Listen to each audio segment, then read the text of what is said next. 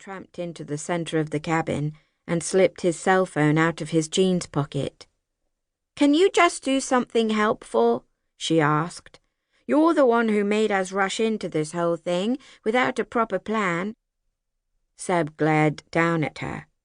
"It's an experiment. I was using my initiative. I didn't know there'd be a dead person here." He was broad-shouldered and tall, with the muscular arms of someone who, unfortunately for Ivy, did an hour's drum practice every evening. She didn't know how they were siblings. She was so slight. Valian peered over Seb's shoulder. "Can that device tell you where we are?"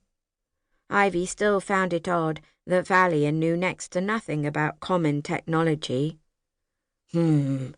Seb slid his finger across the phone a few times.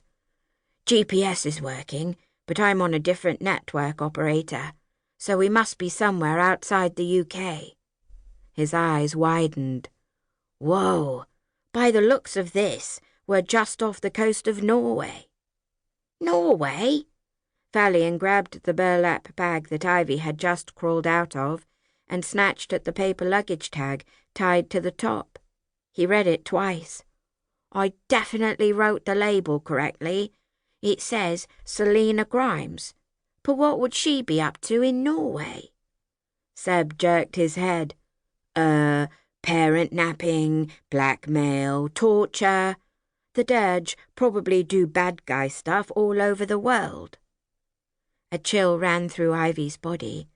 The Dirge was an organization that was so evil, just hearing their name left her cold. "We don't know for sure that she's here yet. The label might not have worked." Secretly, she was hoping it hadn't. Selena Grimes was dangerous. The last time their paths had crossed, Ivy had almost been eaten by Selena's pet wolf. "Perhaps the bag can't take us directly to a person, only to a certain place, like all other uncommon bags." "This bag is different," Valian insisted. "You know that. The great uncommon good are the 5 most powerful uncommon objects in existence. I'm telling you, this thing is capable of more than we know." Ivy considered the shabby old potato sack. It was strange to think that something so ordinary-looking had the power to transport you thousands of miles in only a few seconds. But that was the thing about all uncommon objects. Even the most normal, everyday item could be hiding an extraordinary ability. Seb squinted at the chief officer. "What's that in his hand?" Ivy turned her attention back to the body. There was something glinting in the man's grasp.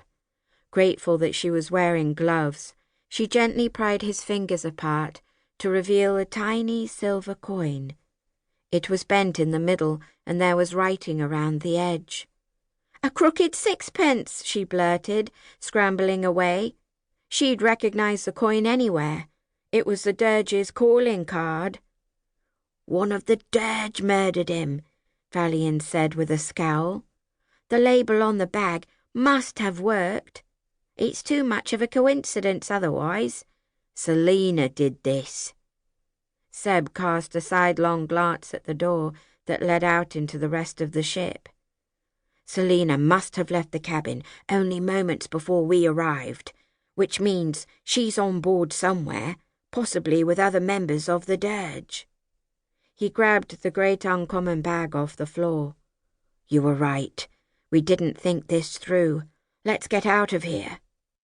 Ivy was about to raise an alarm to warn the crew when the bitter whiff of chemicals wafted into her face, making her blink. "Yuck! Where's that smell coming from?" Valian sniffed and turned his gaze to the crooked 6pence in the chief officer's hand. "Tongueweed," he growled. "I'd know the stench anywhere. The Dirge used it on my parents. It's a poison that makes you speak the truth right before you die. The coin's been coated in it. It must have penetrated the man's skin." Guilt tugged at Ivy's heart as she thought of Valian's mum and dad. "We can't leave you."